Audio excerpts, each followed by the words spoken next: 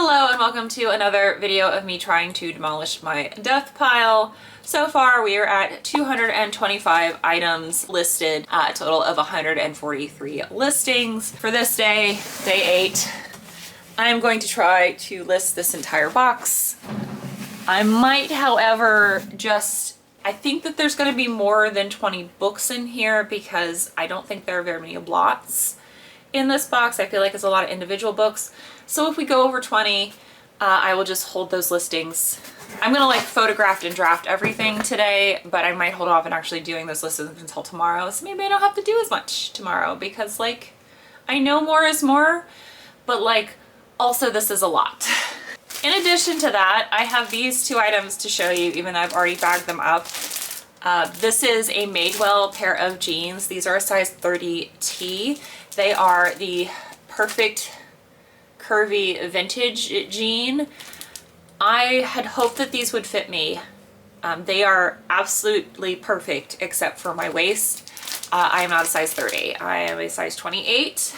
It fit everywhere else so well. I was so sad when I realized that these weren't going to work. I know I could get them tailored, but I'd rather just get the $30 for the jeans and then buy the size that I need. Or maybe not. I don't know. I don't really need jeans. I hardly ever wear jeans. I don't really like pants. I'm so happy whenever it is summer because then my legs get to be free, even though that means that they are then covered in mosquito bites for the rest of the season. But at least I'm not having to wear leg stranglers anymore. This next item is actually a donation from Melissa. This is a pair of Zaya Active joggers. I think she also hoped that these would fit me. I've had some luck selling Zaya Active. It used to sell better, but you know, we're getting into needing to wear pants season. And I've talked about multiple times on my channel that purple people love purple. I know it doesn't really look it, but these are like a very nice purple color. And they are a size small. So they didn't fit me. They were also like too short, which is my common problem. I have a 32-inch inseam, so my lot in life. But I'm going to list those first because that's actually from the end of the last video. I photographed too many things, which is what we're doing now. A lot of the books that I'm going to show you are from that big like lot of vintage history books I got from Daniel Bow's estate, which was donated to Goodwill, and then it all ended up at the bins. So almost all of these books I've only paid 50 cents or less for. So just putting that out there. Some of these books are more valuable than others, and some of them I just picked up. And actually there's a couple of them in here that I couldn't find any record of them selling at all, like either on Amazon or on eBay or on AbeBooks. I looked, and so it's gonna be a surprise. We'll see if they sell at all. Who knows? They might be so obscure nobody ever wants to buy them. But let me show you what I'm going to be listing for this video. So manga. This is Kamikaze Volume 1. This is in like really good condition. Looks like an older one. I pick up manga whenever I find it. If it doesn't sell within a certain amount of time on eBay, I can easily sell this to Second and Charles. They will happily take that from me, and I can turn it into a more valuable book. This is Metamorphica by Zachary Mason. This is also in incredible condition. I might just end up, I think what I'm gonna do is add this to my bookcase and hopefully be able to get an opportunity to read it before it sells. They do like retellings of reimaginated classical Greek legends. So I think that's what this is. It also looks really easy to read. This is kind of like giving me very Mitch Albom vibes as far as both how large the print is and then how tiny the book is. We will see if I decide to read that or not. But it's gonna get listed, so it doesn't matter. The I Hate to Cook cookbook. This is from 1960. Again, 1960s is when we started having, you know, the sexual revolution of women not wanting to be stuck at home as housewives. And this is a very popular book. This is an original from the 60s. This has a bunch of like signatures in it. Sue, best wishes from like a bunch of ladies. So I'm guessing she just got married or something and going to live off on her own. I have no idea. This was a surprise. This is another beauty from Adam Zagajewski. I don't know anything about this book. I picked it up because it was in like new condition and it was interesting to look at. Also because it says Georgia Press down here at the bottom. And I've talked about before how when it is published from a university, I will almost always look it up. And I'm so glad I did, because even on Amazon, these are selling for around $20 and they're priced that way on eBay. So we will see if that does well. 25 cents for that. This is a very vintage copy of The Good Earth by Pearl S. Buck. It's also a little tattery, but that's because this is from 1944. So the fact that it has survived this long is amazing, because during the wartime, let's just say books were not published with the best quality of materials because of the rationing due to war efforts. But the fact that this still has its original dust jacket, I think it's great. The fact that all the pages are there are great. So I picked that up, and that book is very sad if you have not read it. I got very sad throughout multiple points in that book. All right, now we're getting to some of the Daniel Abao books. So almost all these are very niche history books. This is Richard Cuss, The Forced Loan and English Politics from 1626 to 1628. This has no sales record that I could find at all. So we will see what happens with that. Lord Chatham and America by O.A. Shepherd. This I think is from like really old. This is from London, 1958. A nicer cloth-bound copy. This is England's Apprenticeship, 1603 to 1763. Again, Daniel Abao, if you did not know, was the premier expert in British maritime history. So that's why a lot of these have to do with that specific time, like during their empire phase. But yeah, England's Apprenticeship, there is that. British Foreign Policy and the Coming of the Franco-Prussian War. Again, these are going to be a little dry, sorry guys. The City and the Court, 1603 to 1643. This is another one of the book that didn't have a whole lot of sales history. Fingers crossed. This one, German Peasants and Agrarian Politics from 1914 to 1924, the Rhineland and Westphalia. This one actually did have a little bit of sales history, so maybe that one will sell.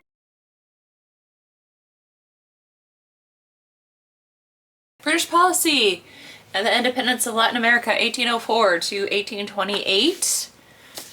You know, if you got a history dad in your life, have I got some books for you? Of course, they'd have to be an English history dad, not an American history dad, but I got you covered. Next one is Precursors of Nelson, British Admirals of the 18th Century. This one's a little nicer, a little newer, with a nice little wraparound cover. So there's that one. And then this one surprised me. This is a legit textbook. The 7 Years' War, A Transatlantic History. This one is scanning on Amazon for over $100, and it's also listed on eBay for over $100. I haven't seen very many sales records, but that's what it's listed for because it is considered a textbook. So I listed mine in hopes that lower than everyone else's, in hopes that it sells better. But that was a nice surprise to have a book in this box over $100. I mean, that's why I picked up a lot of these books, is because I thought a lot of them would be more valuable. That was one of those days where I came out of the bins with like 2 full shopping carts of just books. Never mind getting any clothes. Again, sourcing is great here. It's absolutely amazing. This is another one. Liberalism in Naval Strategy, Ideology, Interest, and Sea Power during the Pax Britannia. This is one of the few floppy trade paperback copies. And then everything else is not history. So hopefully you're not asleep yet. This is a vintage copy of A Christmas Carol by Charles Dickens, illustrated by Arthur Rackham.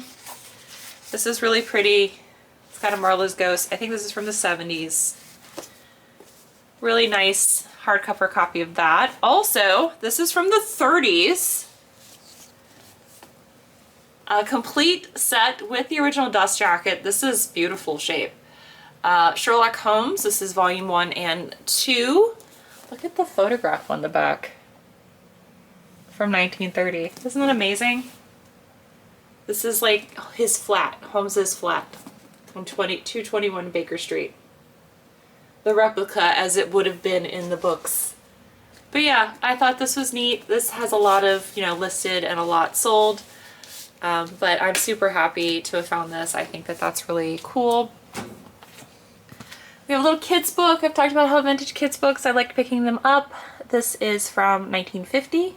It's a cute little book about a bunny rabbit asking different animals what's for breakfast and like seeing what other animals eat for breakfast. Look at how adorable these vintage illustrations are. But again, these little vintage kids books, they rarely make it without being colored on or chewed on. So when I find them, I pick them up because some of them can be very valuable. As a wine lover, I picked this up. This is Let's Wine Cellar and Label Book. This is from the 90s. It's leather bound, which is really nice. And it's blank. So I've talked about how I pick up blank journals. So this has a little discussion about, you know, how to grade wine, what wine comes with, what's wine's good with what. Also, if you have your own wine cellar, you can create a little record of it. There are apps for that now. Talks about different counties in North America that are good. Of course, now every state has a winery of some sort. And then a place where you can put labels. You can take the labels off of the bottle. It also tells you how to do that. And then do little tasting notes. I don't know. I just thought that was pretty. If it doesn't sell within a certain amount of time, I might keep it. This actually has a lot of sales records on history and on eBay. This is Mountain Macons in the Smokies, a cookbook. Very cool. I immediately picked this up because I thought it's amazing. This is published by the Great Smoky Mountains Natural History Association in 1957. You can make some hoe cake if you are so inclined. This is great. I think I might also put that in the cupboard that I keep all of the hard goods in and might do a thrifted treat on that. I know you guys missed that series. I get the most comments on those videos about how much they love them, but they're the least watched. So that's why you guys haven't seen one in a while. I will, of course, actually link the thrifted treats. If you have no idea what I'm talking about, it's where I take recipes from thrifted items. Most of them have the recipes on the item. I haven't done a cookbook yet and actually make the recipe. I'm so mad because I had this idea to do it on TikTok too and then didn't, and then somebody has been doing it on TikTok and they've been getting like millions of views. Oh well, if you have an idea, just do it. Because if you don't, someone might have that idea later and then be in a better place in life than you are. Oh well. This is V.C. Andrews' Dark Angels. This is a book club edition. I pick up V.C. Andrews hardcovers when I find them. This is from 1986. I also pick up Black Beauty copies whenever I find them. This is a nice red leather bound edition. This is from Discover Toys, which means that this book actually came with a little Black Beauty. You can see it's beautifully red leather bound. It is fully illustrated as well. Absolutely gorgeous book. Was gonna pick that up. I've bought and sold so many vintage copies of Black Beauty at this point, it's insane. They Came in Chain by Saunders Redding. This is a book about slavery. It's also written in 1950. There is that book. But that is hopefully this box. I mean, it's empty now because I took all the books out to show you. Hopefully I will put the books back into this box as part of my inventory and actually label it. That is the goal here. But, you know, we're going to do a jump cut and I'm going to show you all of the drafts so we can get them listed. Alright, I got so in the zone, I actually started listing already. So this is the Madewell and then the Zaya pants. So those are two things I've already listed. But here's the draft. So all the books that were in the box is a total of 23 books, or I should say 23 listings, because of course the Sherlock Holmes one is a 2-volume set, but everything else is a single book. So I've already listed, like I said, the 2 clothing pieces that I took photographs of already. And so now I'm going to list about 18 of these books, and then I will see you guys tomorrow for, I guess, 15 items I'm going to pick to list next. Okay, so yesterday I listed a total of 20 listings out of the 25 that I showed you for drafts. Well, I showed you 23 drafts and 2 listed.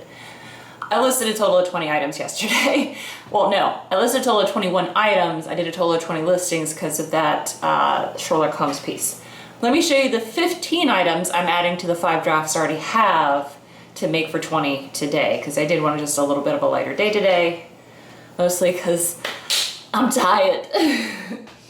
First one, again, we're doing more books. I promise this all won't be books. Tomorrow I'll be doing clothing, so it's not going to be all books. Just like with the last time, it's going to be a mixed, because you know I can't just focus on one thing.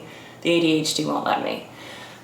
This is a very vintage copy of Black Like Me. This is where a white man went undercover as a black man in the Jim Crow era South, the segregated South, and wrote this book to depict to anyone who apparently had no idea that this is how they were treated, because they didn't live in the American South during that time period. But consider a very important work.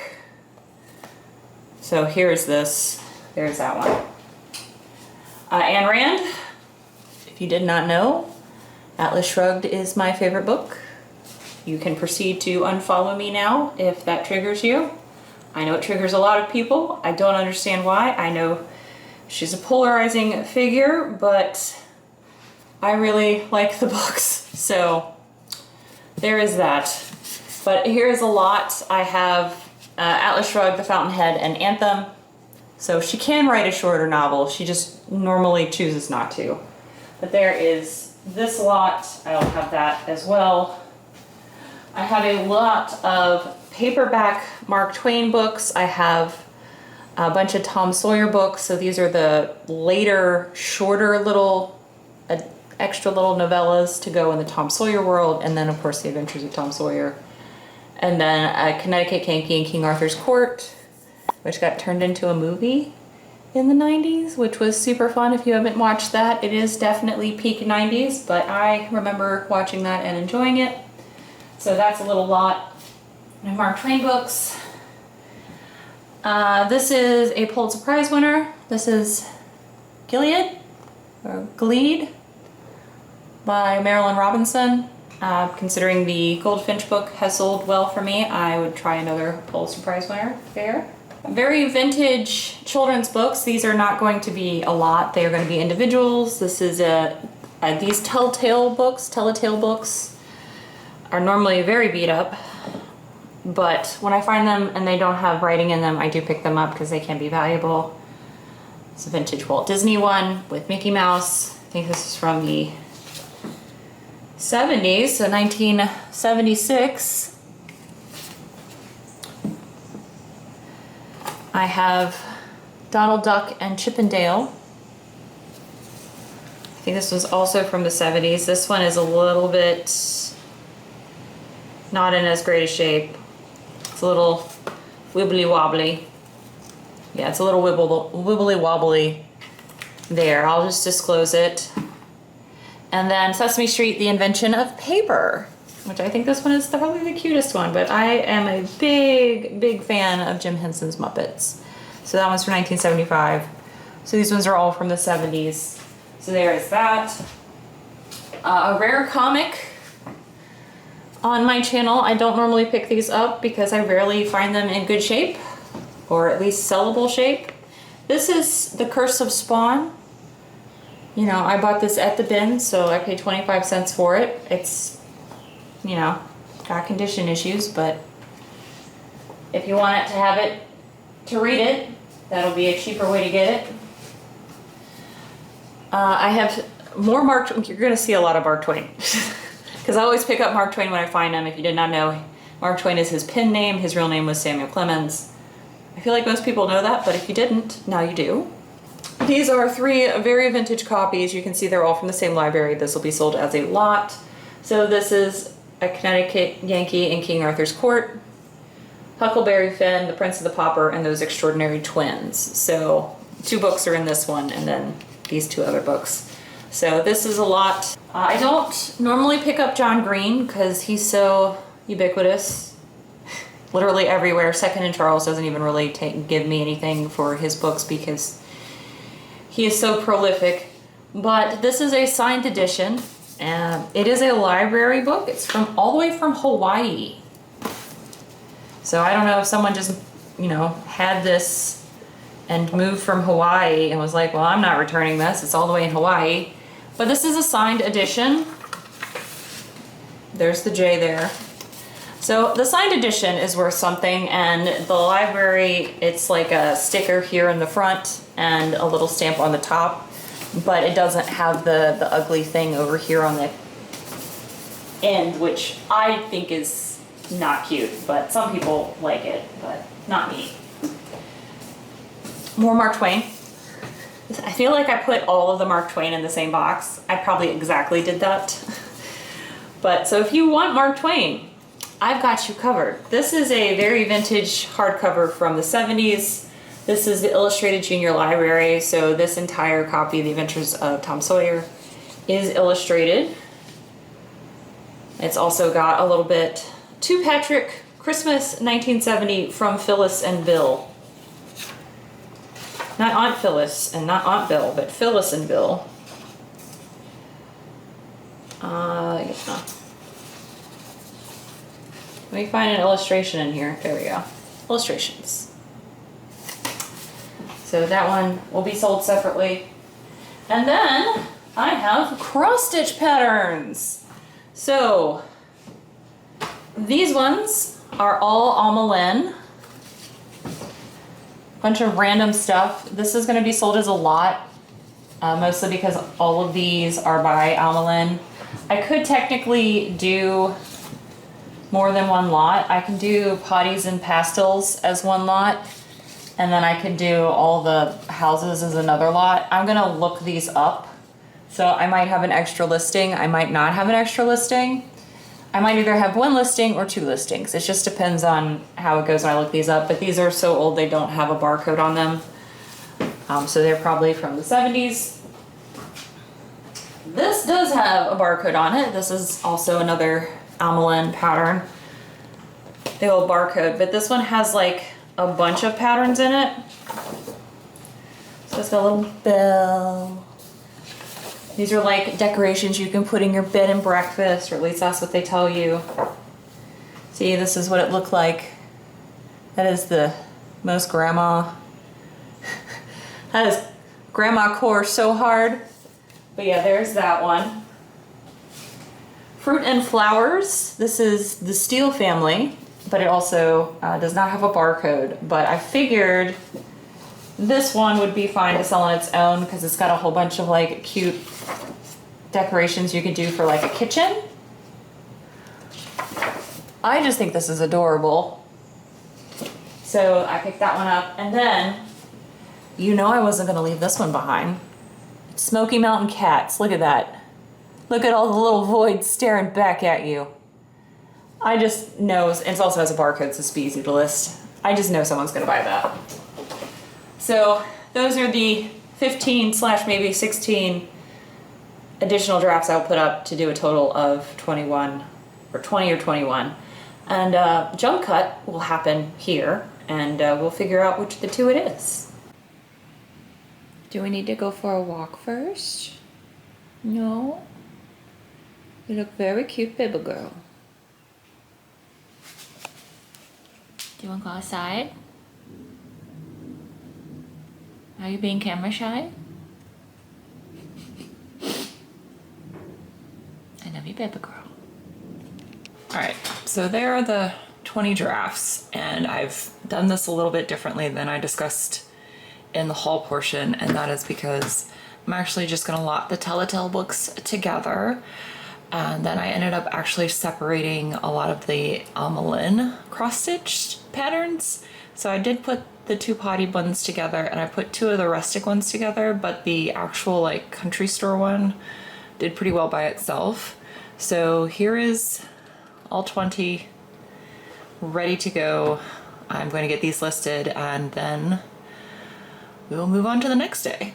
So we're on day 10 now, and Editing Bob is going to put numbers up here of items and listings because I can't do maths right now, and Editing Bob has already done all the maths. So I am, however, going to show you the 20 items slash listings I'm doing today because we are doing clothing today. And by we, I mean me, and you're just going to watch me. Or not. You do you. If you're still watching this video, thank you very much.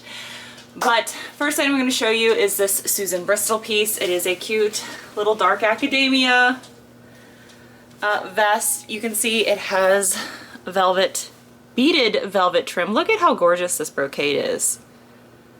Absolutely gorgeous piece. So this actually was a project, which is why I hadn't gotten around to listing it, is because I think I picked this up at the bins. It's been a while, but I had to reattach these little button knots. I had two of them were loose, so I had to stitch these back together, reattach them to the vest. And that's actually one of the things that I wanted to mention in this video, is that I think I've decided what I am doing as far as rewarding myself for getting this death pile demolished, and that is when I reach 500 items, I am going to work on a project and do a project video. So when I get 500 items, I'll do a project video. So I'll pull stuff out of my project pile and try to turn it into profit, and then that can become stuff that I list.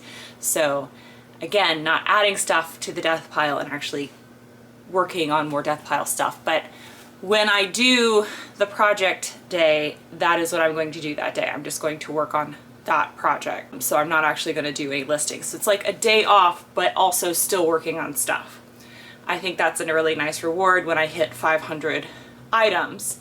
For 500 listings, I will go to the bins, and then I can do like a whatnot, do two whatnots, one for books and then one for everything else. And that's like the big reward. I feel like that's a good reward for getting 500 listings up, not doing any shopping up and until that point. And then when I actually sell 500 items, which was a suggestion from Rob, is then I will do another sourcing, but not going to the bins. I'm going to go to one of the two high volume thrifts that I go to, either the one in Williamsburg or the one by the boys' house, and source only like the top echelon. So it has to be either a high sell price, you know, over $40, it has to have a high sell-through rate, and or it has to be like stupidly cheap to wear. Like I know it will flip and be like ridiculously inexpensive. So I think those are the three. I'm going to celebrate each time I hit 500 of one of those things, and I think that'd be really good. What I also wanted to do, again, because we're doing projects, when I'm doing the project I will video it. I just want to like talk about stuff. So I guess if you have any questions that you maybe want to answer, or stuff that you want to know about me, you can leave it in the comments down below, and I will pull from them when I get to that 500 item video, that 500 item project video. Let me know what you guys think also, if you think that this is a good solution.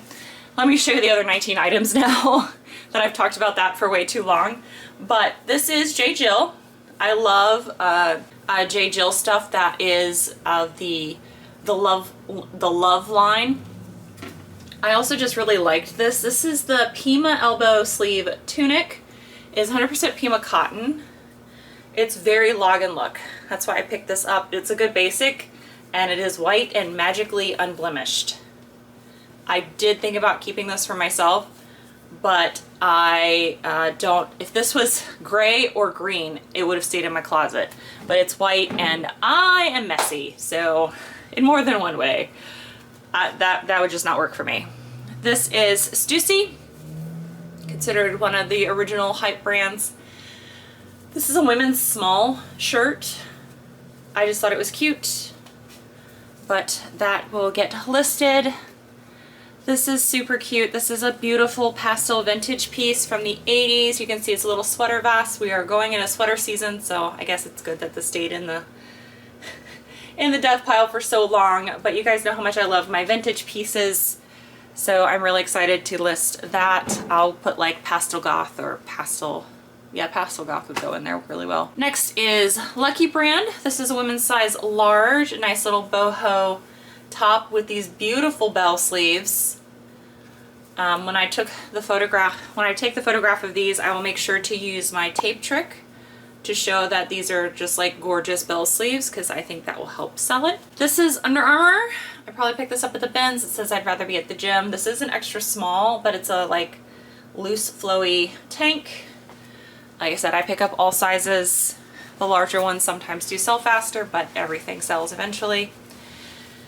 This is Columbia, and it's actually the performance hunting gear instead of the performance fishing gear. I picked this up at the Dab a while ago, and I got so excited because it was my first time finding it, and then you see how excited I was that I completely just put it in my death pile and forgot all about it. Harley Davidson, it is an XL, but it's an XL slim fit. You can see here, very America. This is from Pennsylvania, one of the Pennsylvania Harley Davidsons, and it's women's. This is new without tag. You can see here it still has its little doohickey. It still feels like it's unwashed, so I'm just going to steam this and list it as is, just put new without tags. It is a women's 2X from the Adidas Originals line. So I will definitely put that up. More Lucky Brand. Any of the Lucky... I'm so sorry you guys are shaking right now. I hit your stand. Any of the Lucky Brand stuff I got at the bins. I will pick up Lucky Brand when I find at the bins. This is so soft. I wish this was in my size. This is a women's XL, but I wish I could like internet this to you so you can feel how soft this is. I will put like soft cozy in the title. This is just, ugh, I want to just wrap that all over my body. It's so soft. Here we have a 90s piece. This is Nicola.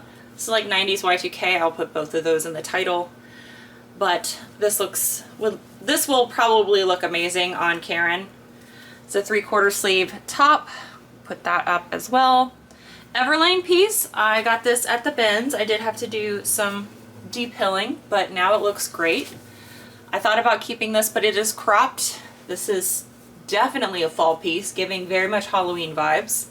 It is a women's size small, but it's like the boxy fit small, so this actually did fit me.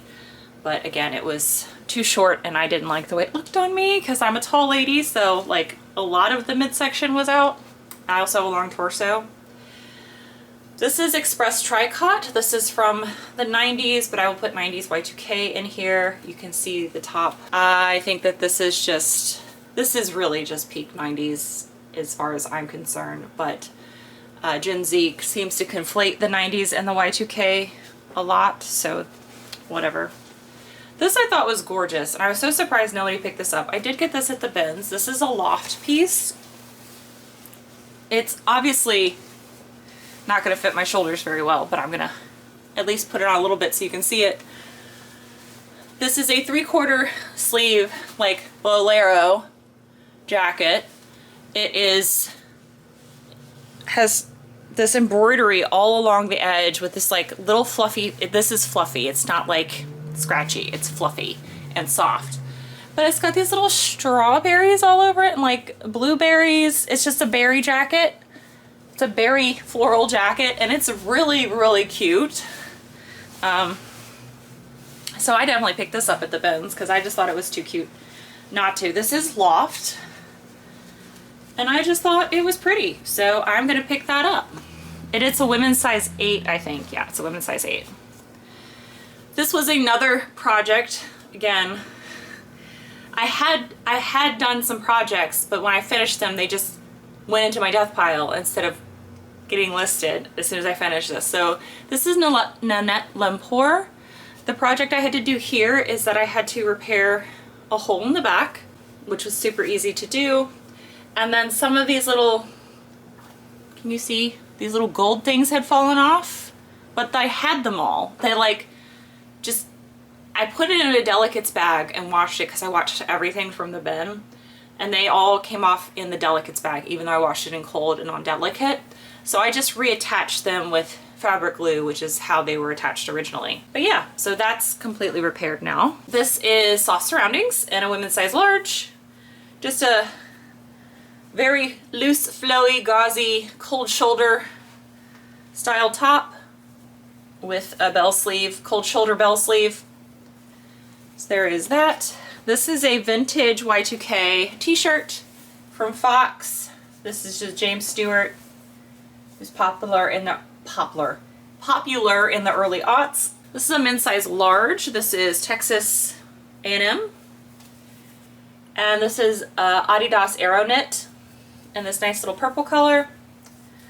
I will list that up because we are about ready to go into college football season, so I'm sure someone will pick that up. Another Lucky Brand piece. This is a size large. I am so sad this is too big for me because this is, even though it's white, it's right up my alley. It's loose, it's flowy. It's this beautiful green flowy top. This just looks so comfortable. But now we're gonna jump cut and I will show you these items drafted so we can get them listed. All right, when I was doing the drafts, I quickly realized that I did not show you 20 pieces of clothing. I only showed you 19, so I did throw one book up into this drafts, took some pictures real quick, so that way I did have 20 items and 20 drafts to go up, and now I'm going to spend time listing these so that way I can show you the wall accountability and see where we are after 10 days. Welcome to the wall of accountability. Okay, so here we go. You have 20 listings, 21 items on Friday, because I had that Arthur Conan Doyle set. So 163 listings, 246 items. And then for day 9, 20 listings, 31 items, because I had several book lots. So 183 listings, 277 items. And then after today, with the clothes and the one book, 20 listings, 20 items, a total of 203 listings, 297 items. That is some really solid numbers after only 10 days. The fact that it's been 10 days and I have almost hit 300 items listed and I'm over 200 listings feels really nice. That seems like a lot, but I actually don't really still see very much difference as far as the death pile goes, which actually really just hammers home how badly I need to do this and keep doing this until the death pile is demolished. Now that we're almost at 300 items, that does mean that I will probably be doing the projects video hopefully within the next week or so. Again, please leave your questions or of things that you want me to discuss or suggestions of things you want me to discuss while I am fixing things to hopefully get listed and get out of my death pile, turn the projects into profits, and give myself a little like day off. I hope you guys enjoyed this slightly shorter versions. I think this is what I'm gonna do. I'm gonna do like 3 days and then 4 days and 3 days and 4 days. So that way you're still getting like a week at a time, but it's not over an hour long because that was honestly too much.